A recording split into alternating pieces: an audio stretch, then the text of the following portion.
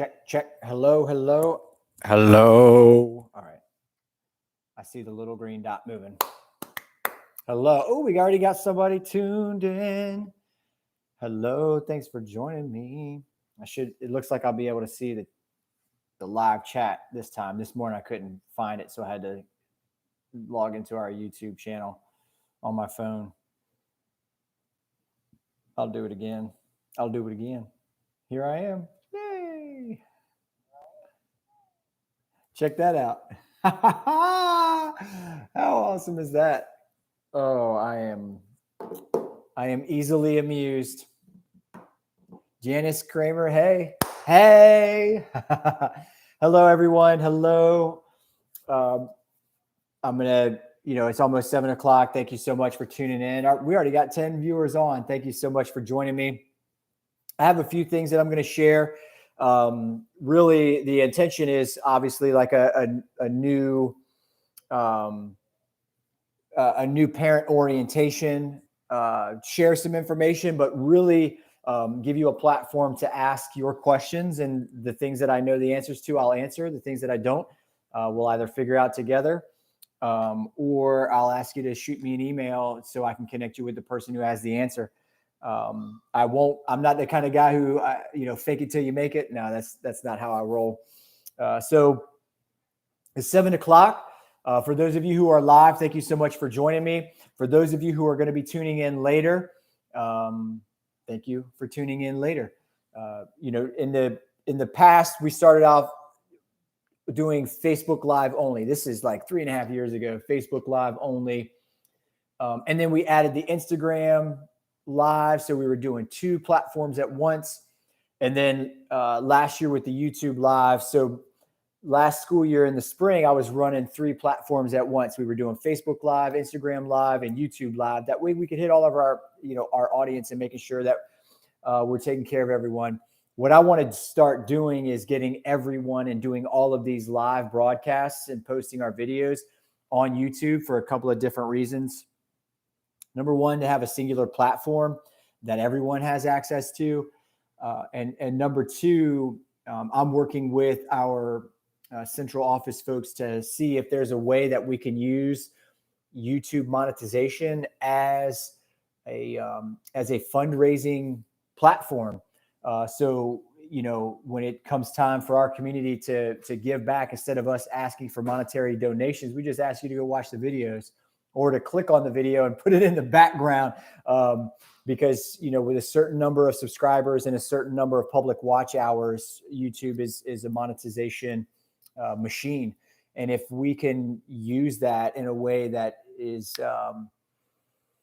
that brings resources into the school, I definitely want to do that. And I don't know of any school in America that's doing that. And if we're the first, that's awesome, which is why I think it's taken a little bit more time, because it's unprecedented. There's nothing for our folks to go off of to use as a template. We're literally, building from scratch. So I'm excited about that prospect, and hopefully you are too, because if you are somebody who wants to give back, but money is like, all right, I really can't give money.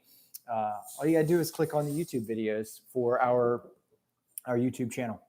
So anyways, let's get into tonight. Thank you so much for joining me. Share a little bit of information about Thomas Dale for our new parents who are out there. And first of all, welcome to Thomas Dale. You will hear me say over and over and over again, it's the best high school in the Commonwealth of Virginia. And we're working towards becoming the best high school in the country.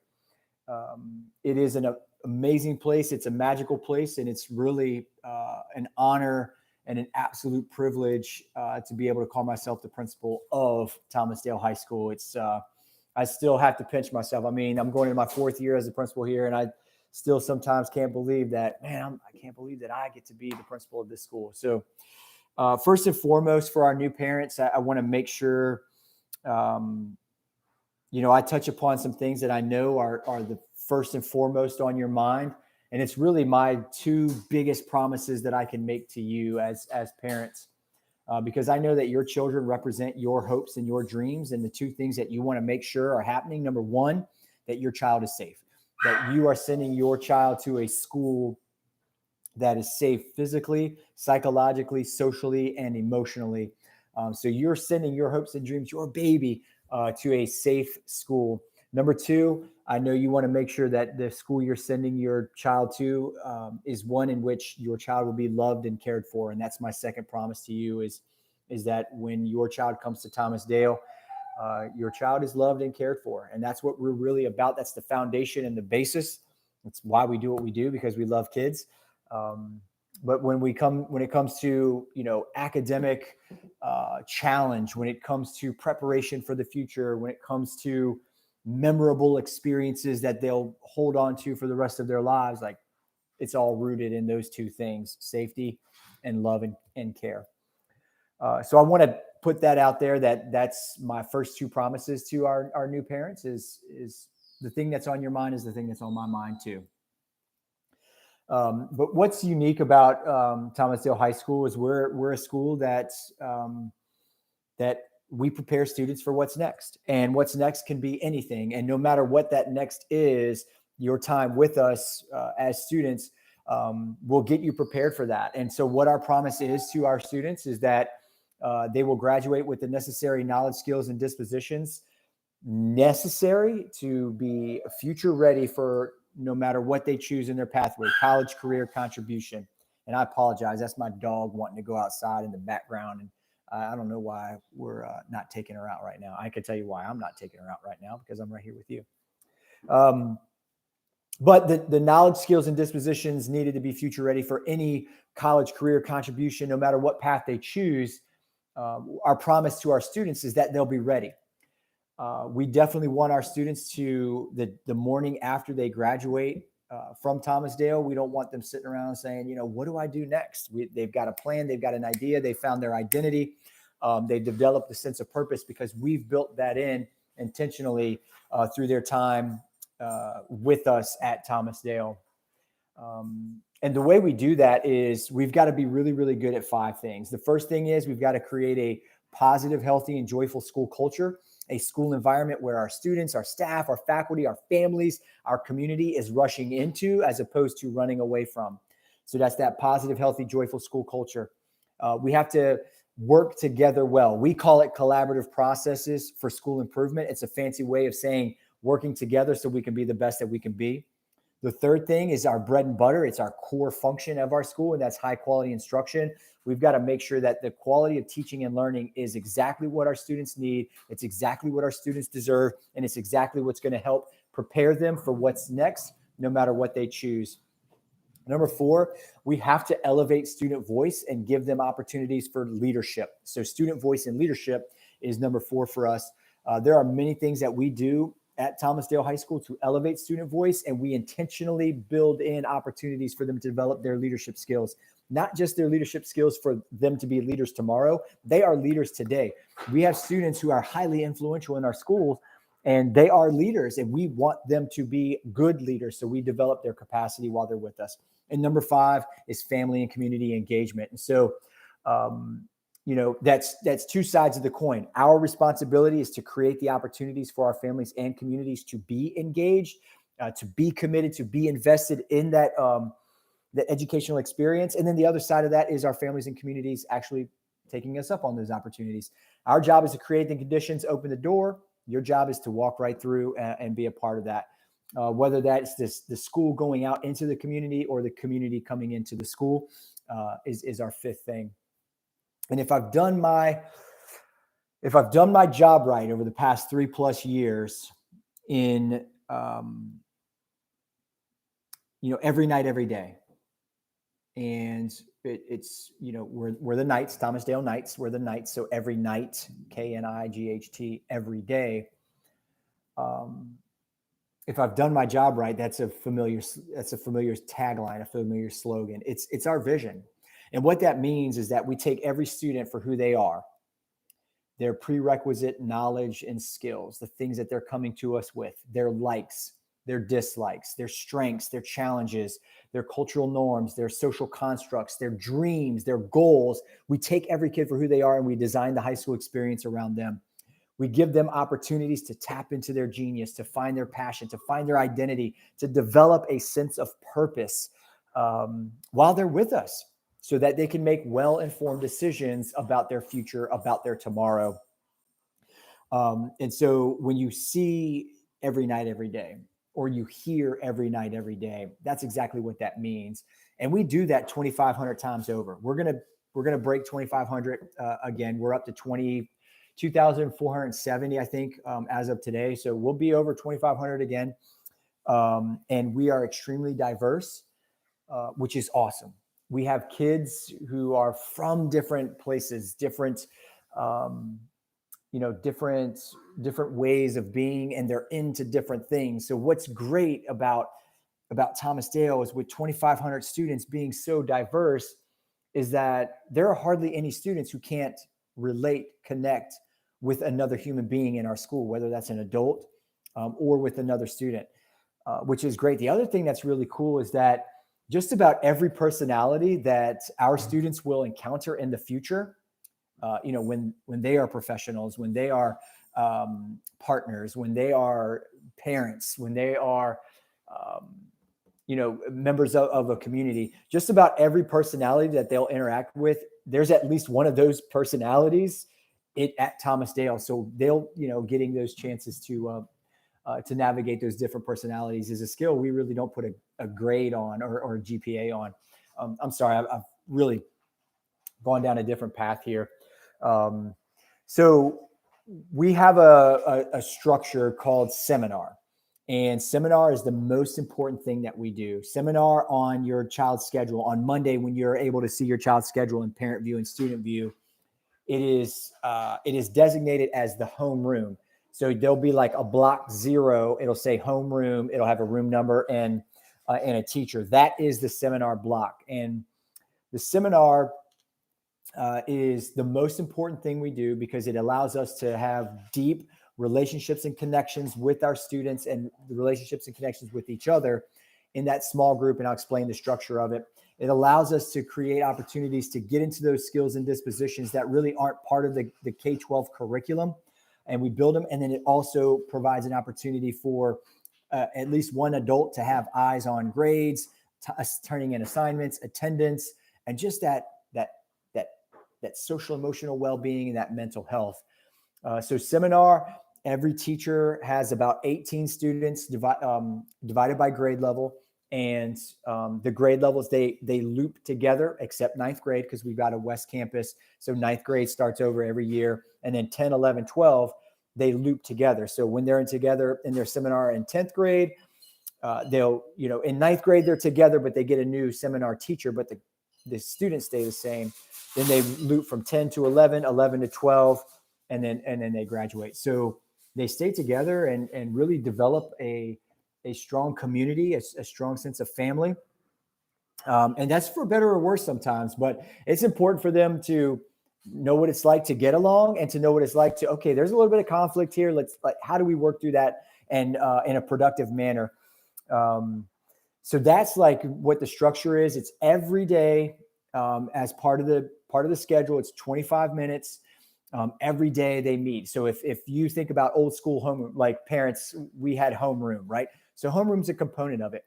These these days in elementary schools, they have a structure called morning meeting. That's part of it. We also have a new structure in secondary schools in America across the country called advisory. That's part of it. And then there's also this aspect of college and career readiness. That's another aspect of it. So it's an opportunity for relationships and connections. It's an opportunity for us to hit on those readiness levels. And we've got 4 of them differentiated by grade level. In ninth grade, what we're after is readiness to learn. So we teach them things like organization, time management, study skills, note-taking skills, self-efficacy. In 10th grade, it's readiness to live. So we teach them things like research and decision-making, social skills, interpersonal skills. In 11th grade, we call it readiness to work. And that's when we get into our 6 C's: creativity, critical thinking, communication, collaboration, citizenship, connection. Those skills that the state of Virginia and Chesterfield County Public Schools have deemed necessary for students to be successful in the work environment. And then finally, in 12th grade, it's readiness to thrive, where we dig into our dispositions that we've identified as part of that profile of a Thomas Dale graduate: grit, resilience, adaptability, risk-taking, gratitude, service, humility, empathy, I'm forgetting one, but I think you get the point. So as they progress, their readiness levels shift. So it's readiness to learn, readiness to live, readiness to work, readiness to thrive as they go. And then that final component, 2 days a week, teachers get an opportunity to do one-on-one check-ins with students. And so in a class of 8, in a seminar of 18 to 20, they can get about 5 students and with 5-minute one-on-ones on Tuesday, and then another 5 on Thursday, then another 5 on Tuesday, then another 5 on Thursday, so that every 2 weeks, every student is getting a 5-minute check-in with their seminar teacher. Eyes on grades. Are you turning in your assignments? How does your attendance look? And how are you? How are you showing up? Are you doing well? Hold on. Never mind. They're not catching the silence as, yes, I'm live. All right, thank you. I apologize. So that's the structure of seminar. That's how we're set up. That's how it's run during the day. And then, Monday, Tuesday, Wednesday, Thursday, we have different sets of that. Tuesday and Thursday are those one-on-one check-ins. Monday and Wednesday is when we get into the components of seminar. And then Friday is Fun Friday. So Fun Friday, we rotate through different structures for students to have club meetings, student leadership development, and Genius Hour. And any student who doesn't participate in a club meeting or is not in a student leadership group where we pull them out for that leadership development, or they choose not to participate in Genius Hour, I'll explain what Genius Hour is in just one second. They stay in their seminar class and get to play games. Like we brought in a bunch of different games, but the goal is to have fun. That's why it's called Fun Fridays. Really great structure for our students in that seminar. Like I said, it's the most important thing that we do. Now, onto that Genius Hour. Genius Hour is actually the coolest thing that we do. And what Genius Hour is, it's not actually an hour, it's about 40 minutes. But it's an opportunity for a student to either engage in their genius, teach somebody else about their genius, or learn somebody else's genius. And what we refer to as the genius is really that gift, that thing that somebody just seems to be really, really good at, or really, really passionate about, something that if they did for the rest of their lives, they would never, ever call it work. It's just that thing. And so what we do is students, faculty, staff, parents, community members have a chance to offer up a Genius Hour and host a Genius Hour. And we create a catalog. And from that catalog, students decide, all right, I want to go to this Genius Hour this time. Or this Genius Hour, this is the one I want to go to. And they go to that thing. And once a month, we're running it about 7 times this school year. It's almost once a month. They get to do that thing. It's awesome. Most of the things that we offer up during Genius Hour that students want to run, or parents want to run, or community members, like most of them, almost all of them are really outside of the K-12 curriculum. So the things that students really want to tap into, they get a chance to do it. Now, granted, it's only 7 times throughout the year. But hey, if those are the 7 days that a student is most motivated to come to school, then that's 7 more days than it was without it. So that's that structure. And seminar, like I said, is the most important thing that we do. Genius Hour is the coolest thing that we do.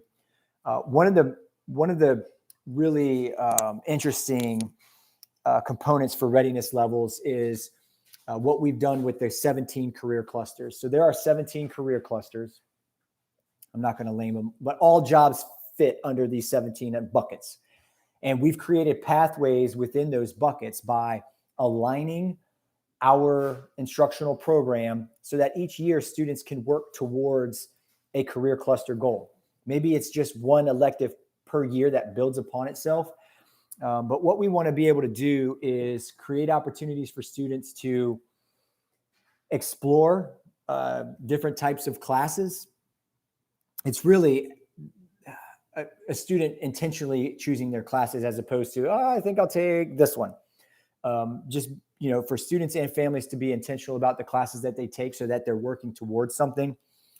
Building year 1, year 2, year 3, and then year 4, getting deeper into it, deeper levels of skills, opportunities to network with folks out in the field, and really trying on the thing that they think they want to do, whether it's going into a career or majoring in a career field as a major while they're in college. We owe it to children. Our children and our students deserve the opportunity to find out if that's really what they want to do. And you as parents deserve not to pay $120,000 only for your child to change majors because they thought they wanted to do something, but never had the opportunity to confirm that. So we believe deeply into that. With our pathways within our career clusters, what's awesome is that it's not a seal on a diploma, and it's not like money that you hand out because it's not a paid program. There are on-ramps and off-ramps, because we all know that teenagers will change their minds 36 times while they're in high school. So we give them on-ramps and off-ramps. So if they come into school thinking that they want to be a graphic designer and take one class and think, oh my gosh, there's no way that I want to be a graphic designer, that's a horrible idea, but I do like the marketing aspect of that, then maybe they begin the marketing pathway. And then in their junior year, they're like, I don't want to do marketing, but I'm really into business administration. And so I'm going to take this business management and administration class over here. So that's what we mean by on-ramps and off-ramps throughout their career. So that's Thomas Dale in a nutshell. I'm going to share one last thing with you before and I want you to start loading your questions in, because this last thing isn't going to take that long. If you've got some questions, some things you want to know, go ahead and load them in the live chat, and we'll knock out those questions. So the last thing that I want to share is what's really on my mind. And there are 3 things that are really on my mind for the 21-22 school year. The first thing that's on my mind is how we come back to school and heal from collective trauma. All of us in the Thomas Dale community, all of us really in the world, have experienced a collective level of trauma. Now, we experienced it differently. It looked differently from our perspectives. It impacted us in different ways, but we've experienced this collective trauma. And in order for us to heal, we've got to do it collectively. So we have to be intentional about how we care for one another, how we're attentive to our social emotional well-being, how we are intentional about making sure that our mental health is in that place, and then being really, really strong with our relationships and our connections to make sure that inclusion and belonging, restoration and healing, relationships and connection, and access and opportunity are the things that we stand for and fight for. So we got to be intentional about that. So that's the first thing that's on my mind, is healing from collective trauma. The second thing that's on my mind is it's been a while since we've done school. So we all have to get used to and re-enter back into norms, routines, procedures, and expectations. I mean, when was the last time some of our students, it'll have been 18 months since the last time they had to ask to use the restroom, right? I mean, for some of our students, it's been 18 months since they've been asked to put their phone away. So we've got to be intentional about re-entering into that. So that's on my mind. That's number 2. And number 3, as terrible as last year, as hard as it's been, and as suboptimal as it was, we learned a lot of valuable lessons. And the third thing that's on my mind is the things that we learned to make us better as an educational institution. I want to make sure that we don't lose that. We've always believed that relationships are important. It was just elucidated how important relationships and connections and knowing your kids, and for our teachers to listen to their stories and really take those things into account as we teach them, as we reach them, and as we coach and work with them throughout the year. The other thing is how we can harness the use of technology to really differentiate instruction and to personalize the learning experience for our students. Before COVID, if we designed lessons that aimed for the middle, we'd miss everyone.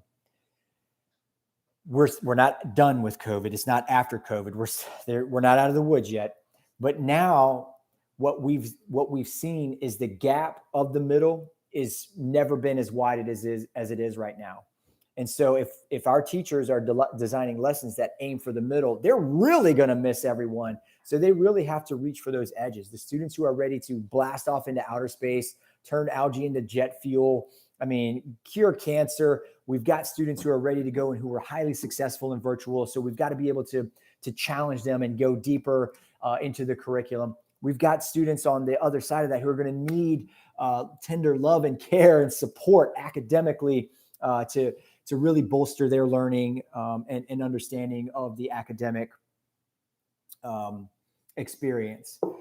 So those are the three things on my mind as we go into 21-22. I see some questions are starting to load into the live chat, so I'm going to get right into those. Hopefully me rambling on for the past 25 minutes has helped our new parents get a better understanding of Thomas Dale, what we're about, what you can expect in terms of big picture and vision and what's in our core fabric. And I'm going to get to some specific questions now. So here we go. Tony Smith, are ninth graders on the West Campus only? So there's only one subset of ninth graders at main campus, and that's our ninth graders who are in Specialty Center. All of our Specialty Center facilities are at main campus. So ninth grade Specialty Center students are on main campus. All other ninth graders are at West Campus. Ashley Hall, where is parent pickup and drop off? What is the mask policy? All right, Ashley Hall, parent pickup and drop off. It depends on your campus. If you're at West Campus, it's at door 9. I'm going to be releasing all kinds of informational videos and updates over the next week and a half. At West Campus, it's door 9 in the side parking lot. And at main campus, it's around the back side of the building at door 14. The mask policies, we are mask mandatory for students when they enter the building. So all students will have some type of face covering. The school division blasted last night what the school board decision was going to be. And so there's information. Please make sure you read that and you're attuned to that as well. Kennedy, would a ninth grader in the Specialty Center be in a ninth grade seminar group or 10th grade seminar group? A ninth grader in Specialty Center will be in a ninth grade seminar group. Matter of fact, my daughter is starting 10th grade. She was in a ninth grade seminar group at main campus last year. She's in the Specialty Center. So not only am I the principal, I'm also a dad at the school. Yasmin Maldonado, how will ninth grade students get to know the building?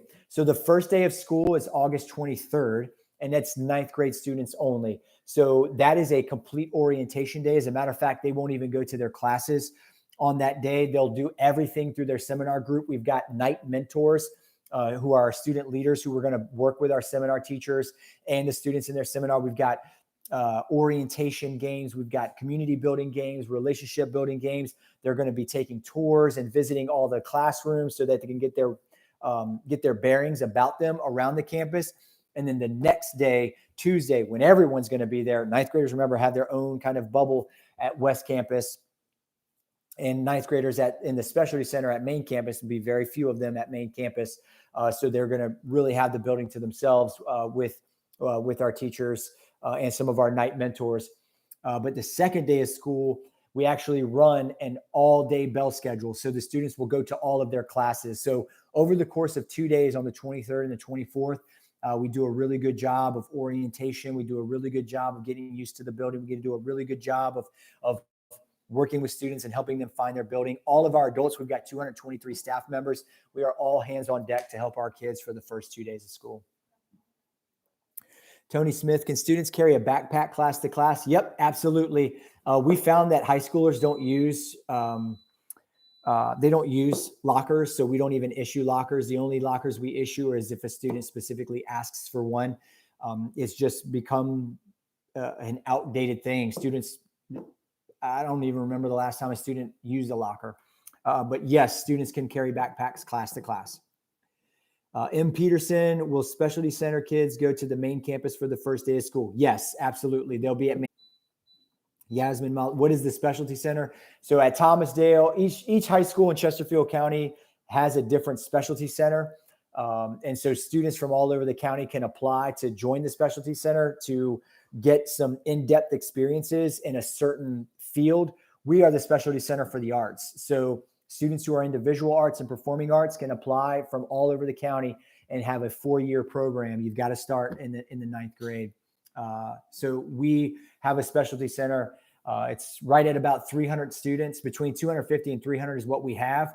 Our goal is to get it up to 400 students, 100 in each class.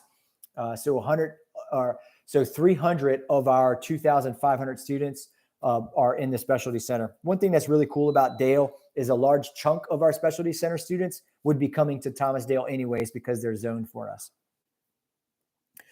Ashley Hall, is there a school supply list? No, we don't offer a school supply list because the students take so many different classes on all their grade levels.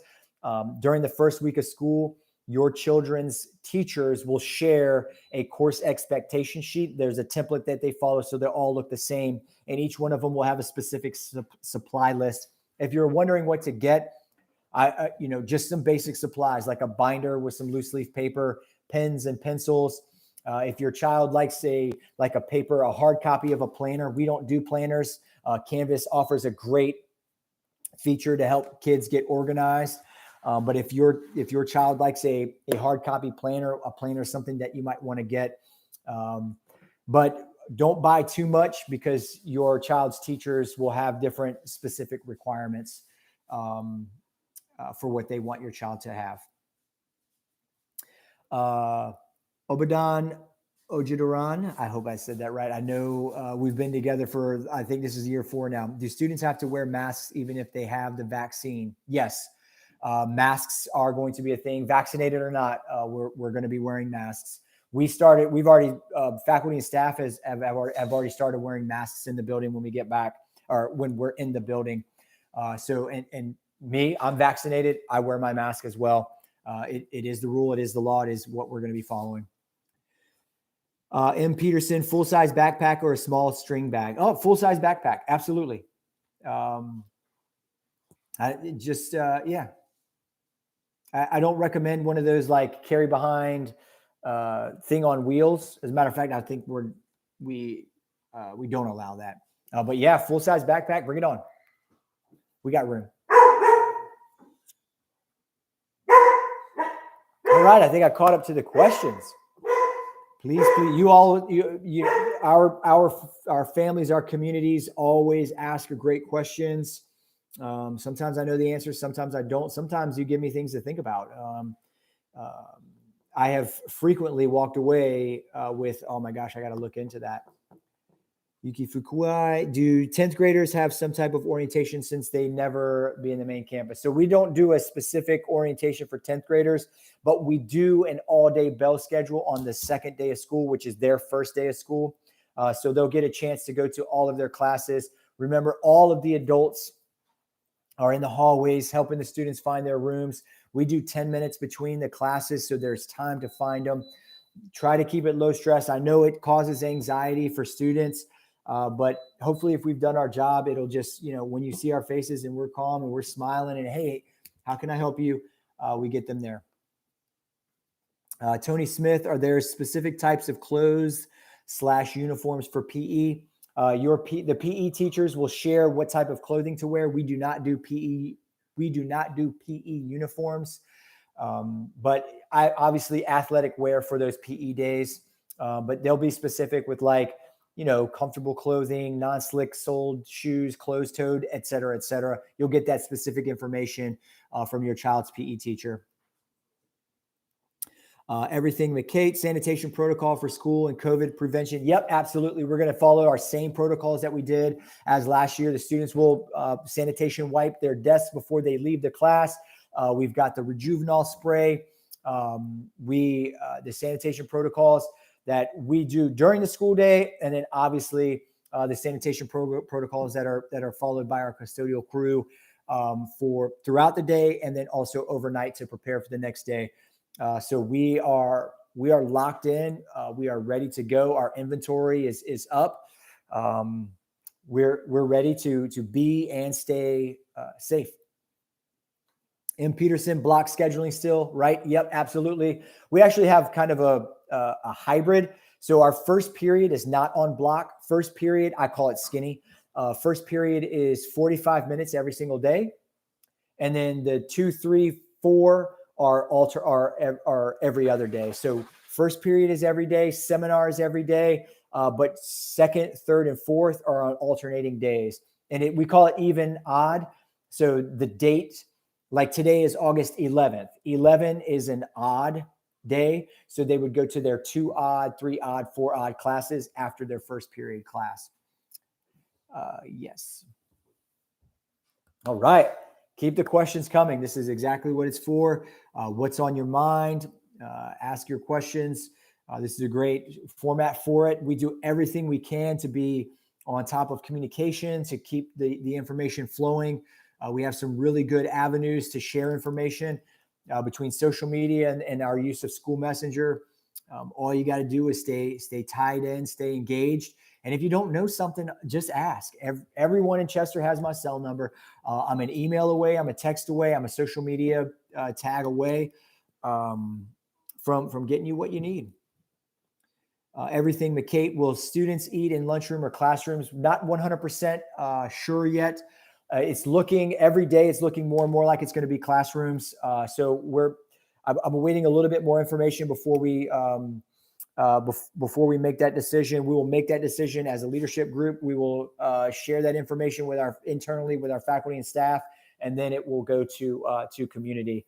But I'm having just full transparency. I'm having a hard time imagining 600 students in our main campus commons and 150 students in our West Campus commons in there with their masks off eating when we have to have masks on everywhere else in the building. So I'm just letting you know I'm having a hard time imagining a scenario where I'm comfortable with that.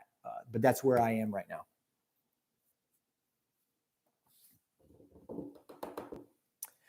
All right. Keep the questions coming. I love it. I hope everyone is well. I want to say, I want to say thank you. I don't know if I thanked you earlier for tuning in. I think maybe I did. But I want to tell you how appreciative I am of you for being engaged, for staying engaged, for being connected, for keeping that open line of communication rolling. It's so important that we're all tuned in and that we're all on the same page, because that's what makes a school community successful. M. Peterson, when should bus schedules be available? We were told the 13th. So Friday. Ooh, this Friday is the 13th. Friday the 13th. Bum, bum, bum. Bus schedules, they should be viewable on the 13th, this Friday. So 2 days from now. Hopefully you'll be able to see them.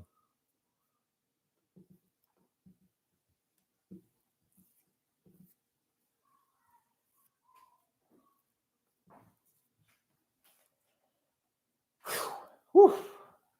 All right. Keep the questions coming. And I won't hang on here all night. I'll give it a minute or two, or maybe 3. And if no new questions come in, I won't make you stare at me while I'm staring at you. That's that's the thing. Looking at you, looking at me. I'm looking at you, you're looking at me. I appreciate you being with me tonight. You could be anywhere in the world and you're choosing to be with me. Thank you. All right. Violet Rose Johnson. Sorry, I'm late joining. No problem at all. What happens if a student has to quarantine? Awesome question. If a student has to quarantine for any reason, or if a student is sick, our teachers we're still using Canvas. So Canvas is our learning management system. So all the assignments will be loaded into Canvas. So your child will have an opportunity to stay up on assignments and to stay up on the work if they have to be out for any reason. The one thing I will not promise is that a student who has to be out, I won't promise that they'll have access to live instruction. It's something that I won't ask teachers to do, and it's something that I won't promise to you. We will not do concurrent teaching like what happened last year. It was the hardest thing that teachers have ever had to do, and it pretty much, it was tough, and I'm not going to ask them to do that again. So your child will have access to the materials while they're out, and then of course when your child comes back, that's when the teacher and the child can work together on getting caught up and get the materials they need. But I won't promise that your child, if they have to be, any child who has to be out, will have access to live instruction. It's not something that I'm going to ask our teachers to do. Violet Rose Johnson, how do they complete schoolwork? Will a virtual option then be available? I think I just answered that. I think that was the same line of question. Ashley Hall, will the cafeteria be open on day one with only the ninth graders? No, same thing. It's very difficult for me. We haven't made that decision yet, but like I said, it's difficult for me to imagine a scenario with 150 students in the same space, mask off, eating, facing each other, so on and so forth.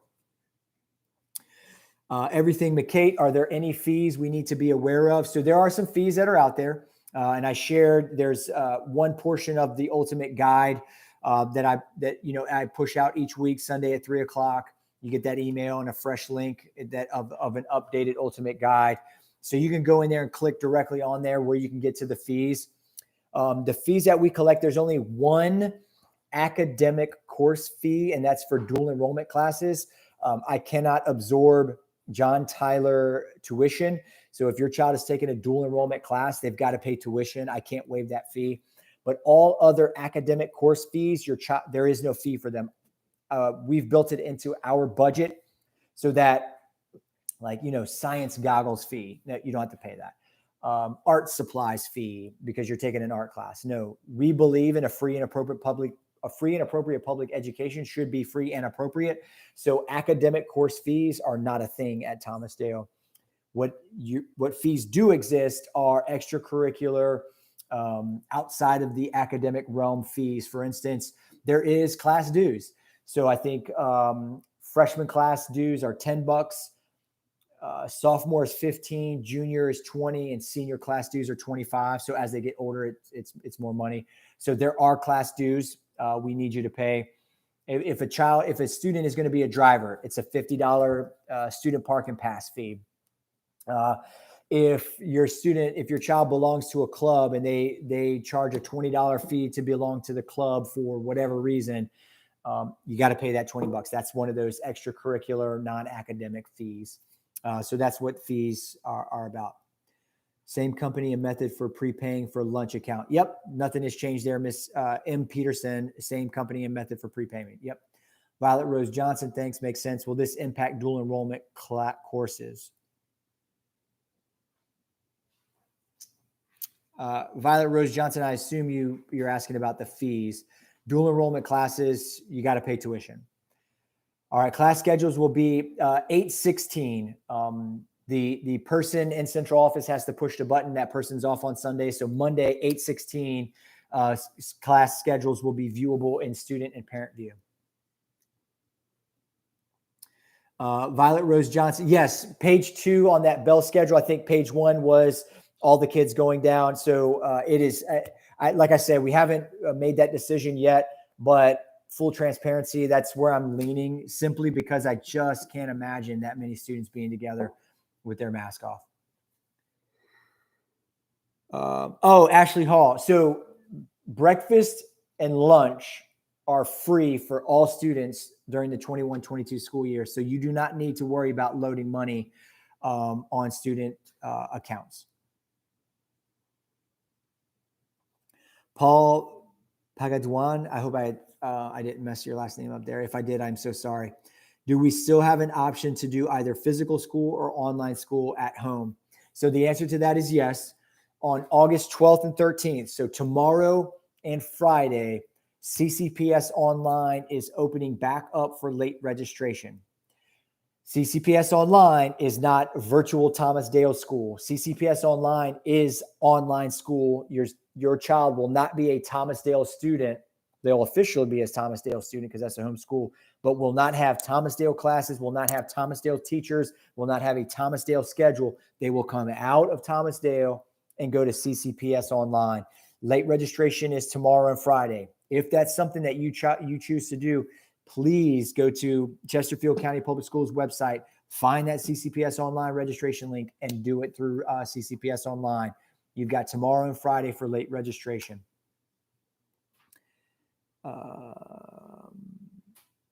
Yeah, Violet Rose Johnson. Yes, absolutely. So definitely work closely with the child's teacher, especially if it's dual enrollment, because John Tyler has different attendance rules. But we've got great teachers, so they are really cool to work with. All right.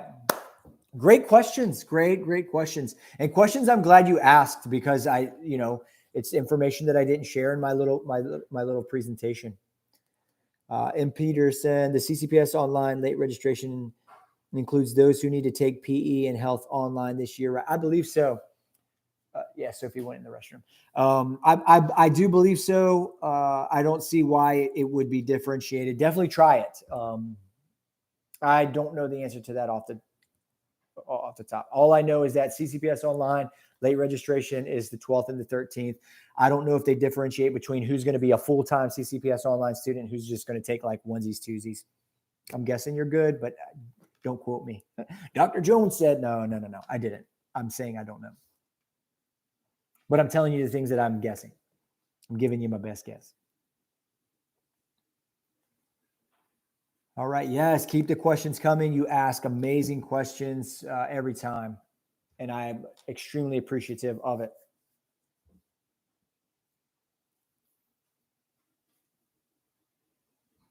And Peterson, I will try and see what we get. Yes. All right. I'm going to sign off. As you can see, I'm tuning in from my home. I'm going to enjoy the rest of my evening with my family. I actually have some work I need to take care of. It's that kind of job. Thank you so much for staying engaged, staying connected, asking great questions. If there's something that you didn't get to ask, shoot me an email and we'll get rolling. Have a great rest of your evening. It's going to be an amazing school year. Stay connected. I'm going to be sharing more and more information through the emails and the phone calls and through social media. Make sure you're connected on our social media. Here we go. The fun is getting ready to begin. So have a good night. Peace.